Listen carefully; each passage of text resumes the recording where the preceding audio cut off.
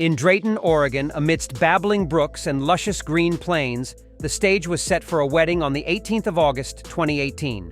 27-year-old Megan Sy and her mother, Jennifer Weathers, aged 50, had been attending a wedding in the area. It would be their last together. Hi, is this a number I call for a non-emergency? This is the dispatch center, non-emergency number. How can I help you? I'm sorry. My daughter has been missing since last night, and I'm getting kind of worried because she's supposed to work in 10 minutes, and I haven't heard anything from her. We were at a wedding, and she was upset and got out of the car, and I haven't heard from her since, and I haven't been able to find her. I drove around for 2 hours this morning looking for where she got out of the car, and so I don't know if I should call 911 or if I have to wait a certain amount of time. Authorities received a non-emergency call from Jennifer, stating her daughter had gone missing after getting out of her car on the way home. However, what Jennifer told the police and what actually happened would turn out to be two very different things. After hearing all of the evidence, it will be up to you to decide what really happened here. That breaking news we're following out of Yamhill County tonight. A body believed to be that of a missing mother has been found 5 days after she disappeared. Now, that body was found down an embankment near Dayton, several miles from where she disappeared after a wedding. Live on the scene now in Yamhill County, where that body was discovered. Our deepest condolences go out to the friends and family of Megan Cordy, who tragically passed away under puzzling circumstances that even the authorities are unable to decipher. The explanation provided by Jennifer Weathers over the phone wasn't entirely accurate. She omitted some crucial details. While Jennifer did mention that they had a disagreement, it wasn't the full story. Guests at the wedding commented on Jennifer's intoxicated state and the intensity of the altercation, which was far from minor. Despite the appearances on social media, where Megan seemed happy and carefree, behind closed doors, her life may have been different. Megan's universe revolved around her 3-year-old daughter, who often featured prominently on her Instagram. However, just as a gambler only shares their wins, social media often portrays only the best aspects of someone's life. Megan's mother drove them to the wedding on August 18th, stopping at Grand Island convenience store along the way. Jennifer claimed that the argument escalated as they left the wedding, which was not unusual for them as they were known to argue despite their closeness. According to Jennifer, the argument continued until Megan reached her breaking point and demanded to be let out of the car. Jennifer stated that as she began to slow down, Megan opened the passenger door and threw herself from the moving vehicle. Yeah, we were in the car. Okay. And then it got heated in the car? Mm-hmm. Okay. And did it ever get physical in the car? She pulled my hair. Okay. How far from the venue were you, or was it still at the venue? No, it was right before she got out of the car. We'd already started driving, and she was yelling at me, and she just yanked my head back. Jennifer claimed that by the time Megan jumped out of the car, it had almost come to a complete stop. As the car eventually halted, Jennifer shouted out of her window and looked around for her daughter, but Megan was nowhere to be seen.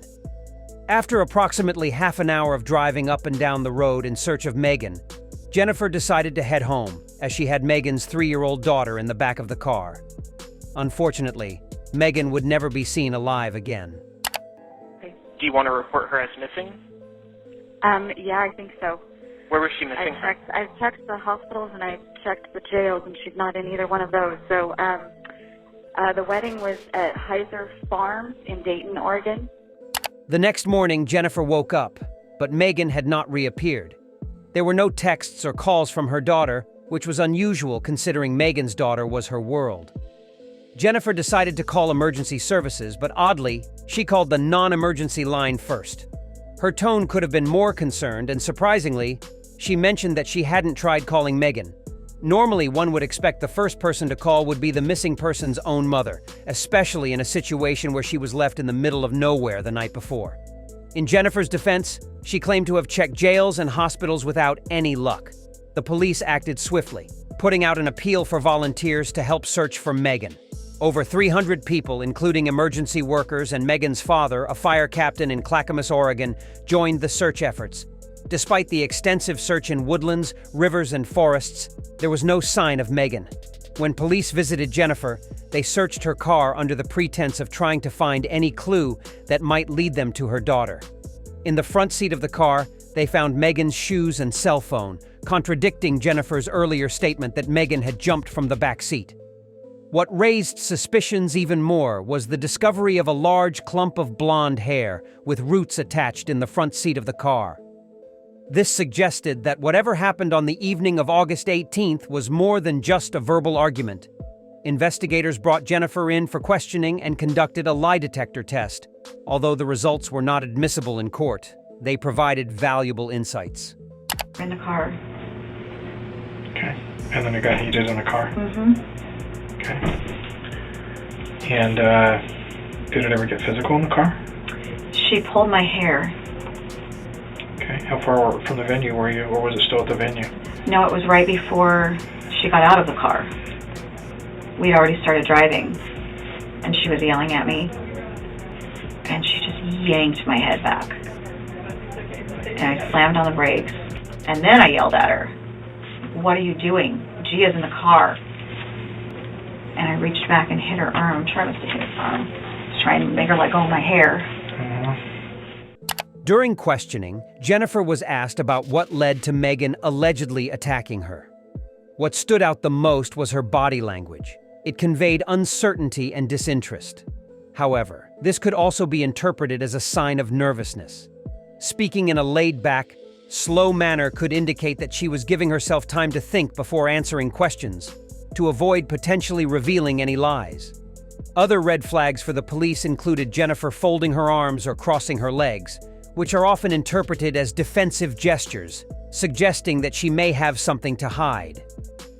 When she finally let go of my hair, I started slowing the car down, which is when she started opening the door and saying, "I'm going to get out." Oh, first she had called her boyfriend. You hit her in the arm. How many times? Oh, I don't know. I just reached back until she let go of my hair. Okay. I don't Are you know. sure that you were hitting her arm? No. You're just hitting something. I was just reaching back and, Okay. I mean, it had to have been her arm because she would have been like this. So, I'm assuming it was her arm. Okay. Still, Jennifer's version of events just did not make sense. She maintained that Megan was in the back of the car next to her young daughter, so it was puzzling why Megan's belongings were found in the front. This is when she pulls your hair not too long after that? Yeah. What predicated that? Who knows? I have no idea. Were you guys in the middle of yelling at one another? She pulls your hair? Yeah, I'm sure. Okay. I mean, usually there's something like that. Like Well, somebody yeah. says something Well, that, like, I mean, you know, yeah. if you were back to, like, you know, the silent treatment, like not talking to one another, then it would be, you know. People, especially family members, don't typically decide to attack each other without reason.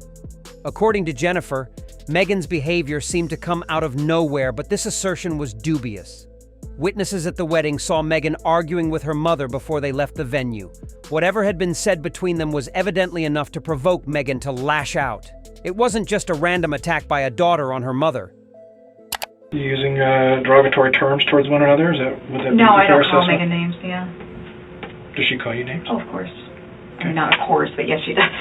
Okay. Not like, yeah. Okay. No, I just kept saying, "What are you doing? Gia's in the car. What are you doing?" The lack of concern for her daughter displayed by Jennifer is astounding. When asked if she and Megan used derogatory terms toward each other, she replies with a firm no. However, she then insists that Megan always called her names while portraying herself as the ever-doting mother who never once called her daughter any names. In other words, Jennifer places all the blame on Megan. She sits there looking less defensive and more relaxed, almost self-assured, giving the impression to anyone observing from the outside that she might be a bit of a narcissist. Car down, she's like, "I'm gonna get out," and I'm like, "You're not getting out. The car, you're not getting out of the car." And I was almost to a stop, and she started opening the door, which is why I was slowing down. And I was almost to a stop, and she just opened it and jumped out.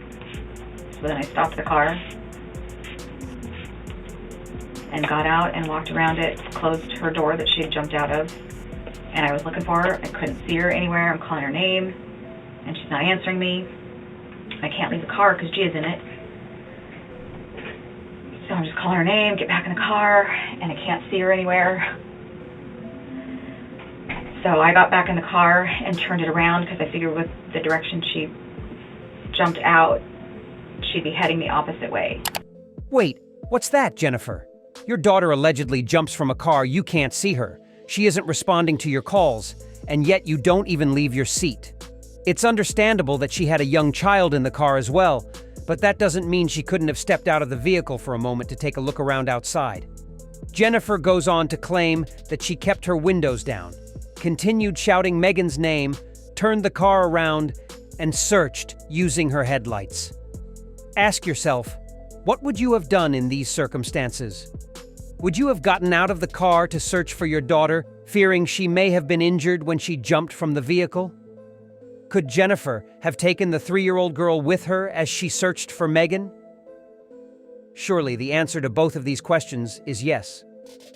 Surely watching the footage of this police interview makes any parent want to grab Jennifer by the shoulders and shake her. Your daughter is missing, possibly dead, and you don't seem to care. Any mother would be beside herself with worry. Gia was crying, and I said, I gotta go home. I gotta take her home. Okay. What was Gia saying? Just leave her, Nana. Okay. The next statement was very odd. Jennifer claimed that after searching for half an hour, Megan's daughter began to cry. Jennifer wasn't sure what to do, but she felt compelled to ensure her granddaughter was okay. According to Jennifer, Megan's daughter turned to her and said, "Just leave her, Nana." Now, we can't possibly verify if this is true or not, but let's examine the facts. Megan and her daughter were incredibly close. They were the center of each other's worlds. Would a 3-year-old really say, "Leave my mommy in the woods all night, who cares?" On the other hand, if Jennifer was telling the truth, most people could sympathize with the predicament she found herself in. She would have to decide between her daughter and her granddaughter, a decision that is not easy to make. Call her? Try and call Megan? Mm-hmm. No, I did not. Why not? I don't know. It didn't even occur to me to try and call her. Okay. I was more worried about Gia and getting Gia home. At that point, Megan wasn't my focus, Gia was. You didn't even attempt to call your daughter who had just gone missing, potentially hurt badly. So badly she might not be able to respond. It's possible that Jennifer knew exactly what had happened and therefore didn't feel the need to call her daughter to find out where she was. The interviewer poses a strange question, asking Jennifer if Megan had ever jumped out of the car before, to which Jennifer replied that Megan had threatened to but had never actually done it. Now, Megan is portrayed as some lunatic who threatens to jump out of moving vehicles all the time until she finally did it. Jennifer said that when she arrived home around midnight, she put her granddaughter to bed and went to bed herself, not waking up until around 5:30 a.m. I just got in bed with Gia because she was asleep. And I just crawled in with her and cuddled her. Okay. Did that surprise you that Megan was acting the way she was acting in front of her daughter? In front of her daughter, yeah. And that she wouldn't stop. Okay. It definitely surprised me. Another red flag here. Any police officer will tell you that when someone starts answering questions that haven't been asked, it usually means they're trying to cover something up. This is especially suspicious when they go into such detail, as Jennifer did. She's acted out of control in the past, but not in front of Gia. Mm-hmm. Okay. Yeah. I mean, yeah. So, That's why I ended up thinking she'd had more to drink than we thought. okay. You know, because it was just so out of control. Notice how every time Jennifer is questioned, she continually brings the conversation back to Megan, trying to emphasize how bad her behavior was. Yet strangely, no one from the wedding reported seeing Megan drunk or behaving badly in any way. On the other hand, over a dozen people said that Jennifer was the one who was drunk, far too drunk to be driving. Could this be what started the argument? What kind of stuff sets her off? Me. Anything I do. Yeah, done it to me a few weeks ago when I stopped by to pick up Gia while she was at work. I met her at her work and picked her up. The relaxed yet chilling nature of Jennifer's laughing outburst is startling. She is becoming more and more nervous as the interview goes on, finding it increasingly difficult to sit still. Perhaps Jennifer is much more intelligent than anyone is giving her credit for. The interviewer is being very careful not to challenge her. He just allows her to speak, perhaps in the hope that she will trip herself up. You stopped by to pick up I picked up Gia and asked her what time she was going to be done with work, and she said 5:30, and I thought, you had told me 5 before, and she was like, yeah, I thought it was 5, but it was 5:30, and I just kind of rolled my eyes, because she does that a lot, just doesn't know her schedule. Mm-hmm. And she's like, what? I'm like, well, I just don't understand how you never know your schedule. You're 27 years old. Mm-hmm. How do you not know whether you get off at 5 or 5:30? Mm-hmm. And that was it. And then I go home, and the text messages start. Next, Jennifer moves on to criticize Megan's life in general, particularly for not being organized. Once again, she tries to portray herself as the caring mother, attempting to guide and advise her daughter on how to live her life. Meanwhile, she says little or nothing about her own life, just as she hasn't done throughout the interview. We learned a lot about Megan, but how much do you remember about Jennifer's life so far? Not a lot. Why don't you look for Megan? You didn't call first? No, I had her phone. She had left her phone in the car. When did you figure that out? When I took Gia out of the back seat, I saw it on the floor. A huge red flag emerges here. Previously in the interview, Jennifer stated that she didn't try to call Megan because she was more focused on her granddaughter. Now, when asked if she tried to call Megan before going back to look for her, she hesitates before answering the question. You didn't call first? No, I had her phone, she says. Did something just click in Jennifer's brain? Did she realize she had not been honest with her first answer earlier on, realizing, of course, that the police had found Megan's phone? She had to run herself into a dead end and then was forced to admit that she found Megan's phone on the back seat when she took out her granddaughter from the car the night before. After the hesitation, she is very quick to jump in and say, I had her phone. It is clear that the interviewer also noticed this inconsistency when he says, when did you figure that out? Almost with a tone of contempt for the story he was being told. When I got out of the car, I saw it. I was grabbing everything, my phone and my purse. As the interviewer is making notes, Jennifer sits quietly, appearing to be in deep thought. It wasn't until 12 seconds later that she adds, under the seat when I got out of the car. She had already made the point that she found the phone when she got out of the car. But just to reiterate her version of events, she felt it necessary to elaborate and state that the phone was under the seat. After the interview, the investigation continued. But as far as the searching went, police felt they had done all they could. After 4 days of looking, the search was called off. The results from the lie detector test proved inconclusive. However, they wouldn't have to wait long for a new development. By pure coincidence, the very next day, on the 23rd of August, a group of joggers minding their own business noticed something down an embankment approximately 9 miles from where Jennifer said Megan had left the car. Upon closer investigation, it was indeed a body, specifically the body of Megan Cordy. The body appeared to have rolled 20 FT downhill next to the on-ramp for Highway 18 in Drayton. Sad update to a story we've been following all week. The body of a missing woman has been found. Megan's body was found out of sight down an embankment off Highway 18 near Dayton. She'd suffered fatal injuries. Tragic though it was from an investigative point of view, it was just what the police needed to try and find out what really happened to this young woman. The next day, the autopsy was conducted, and the findings were intriguing. The version of events given by Jennifer looked less and less likely to be true. It was determined that Megan had died from blunt force trauma injury, not consistent with falling from a car and hitting her head. She also suffered 2 broken or severed vertebrae, leading pathologists to conclude that she probably died instantly upon hitting the ground. However, authorities remained coy about the findings, not wishing to speculate about what had happened just yet. A month went by since the body had been found, and truth be told, little progress had been made. Still, nobody had been able to establish beyond a reasonable doubt the events that had led up to Megan's death. But District Attorney Brad Berry also made a point of saying that Megan's mother had not been honest about the events leading up to her daughter's death. He said it was a tragic case that had been clouded by misinformation. Something else that made the authorities suspicious were Megan's bare feet. As we know, her shoes were found in the front seat of her mother's car, but her feet showed no signs of having walked any distance at all, barefoot, let alone nearly 9 miles to where her body was found. With no shoes on, the working hypothesis for the police was the opposite of what Jennifer had said. They believed that Megan had said she wanted to get out of the car, but did not think that Jennifer had slowed down as she told police.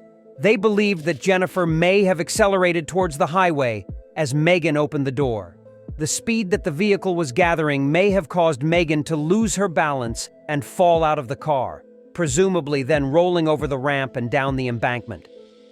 Again, according to the Attorney General, the authorities believed that far from being concerned for the health and safety of her daughter, Jennifer simply carried on driving down the highway.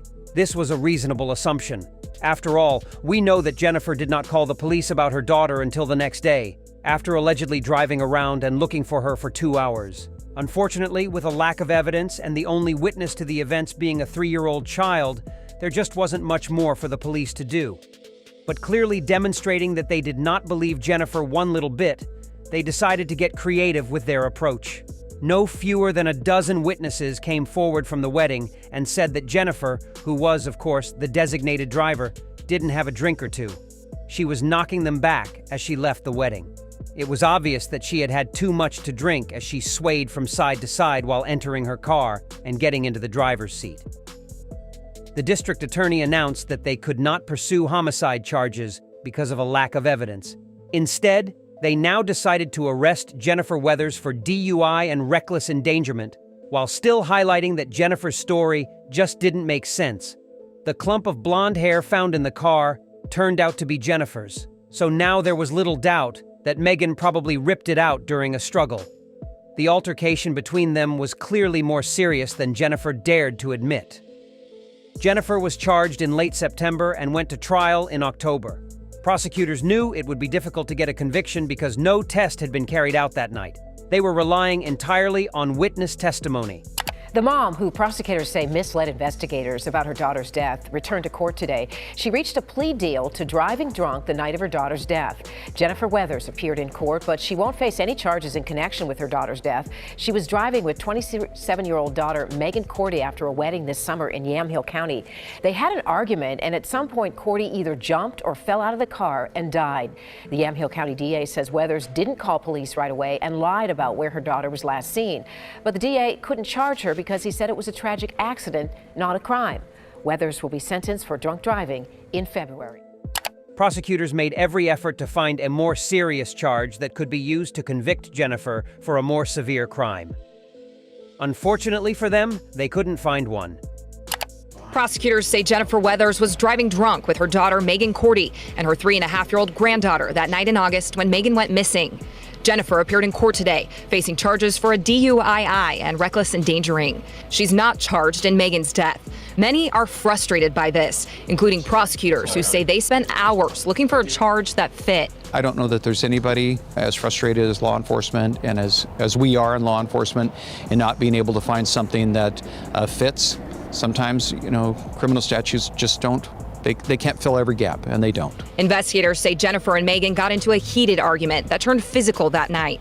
And at some point, Megan either jumped or fell out of the car, and her mother left her behind. It was evident that the prosecutors didn't believe Jennifer or her version of events. They believed that she was guilty of negligence at the very least. There was some slight relief for prosecutors when Jennifer decided not to fight the case. She entered a guilty plea and received a harsher punishment than most first-time offenders: 5 days in jail and 3 years of probation. The frustrations of law enforcement, from the police to the judge, were apparent to everyone. They believed that Jennifer had gotten away with a much more serious crime, which explained the slightly harsher sentence she received. After the trial, Weathers, who has since changed her surname to Jorger, was forbidden from having any contact with her granddaughter, who now lives with her father in Salem, Oregon. In a strange and possibly cynical move, Megan's father launched a lawsuit against his ex-wife. He sued her for $500,000 for negligently causing Meghan's death by driving while intoxicated. Additionally, he filed another lawsuit for $900,000 against the wedding venue for overserving alcohol and failing to prevent Jennifer from driving drunk. The lawsuit against Jennifer was dismissed by a judge after Meghan's father failed to respond to a motion filed by the defense to have the case thrown out. Sadly, it's unlikely that we'll ever know what really happened on the evening of August 18th. Many questions remain unanswered. The only testimony came from Meghan's daughter, who was brought in by police investigators. She cast doubt on the whole case by saying that her mother didn't just get out of the car once, but twice. She said that her mother and grandmother were fighting, then Meghan got out, but was persuaded to get back in by Jennifer, only to have the same thing happen again. But, of course, the second time, Meghan didn't reappear. In the US, there is no age limit for people to testify in court. Anyone can be summoned. However, in this case, it seems there wasn't enough evidence to convict in the first place, so putting a child through the distress of standing up in court just wasn't worth it. We can all be thankful that Meghan's daughter still has one parent left. Her father takes good care of her, and she is loved and well taken care of. She is the real victim in all of this. She'll never see her mother again, a mother that she was so close to. This case leaves as many questions in its wake as it answers. Prosecutors have now closed the case, but doubts linger in their minds and in the minds of anyone watching this video. Was Jennifer Weathers a caring mother who had a troubled relationship with her daughter, or a lying narcissist who was happy to leave her daughter dead in the middle of nowhere to avoid being caught for DUI? We'll leave it for you to decide.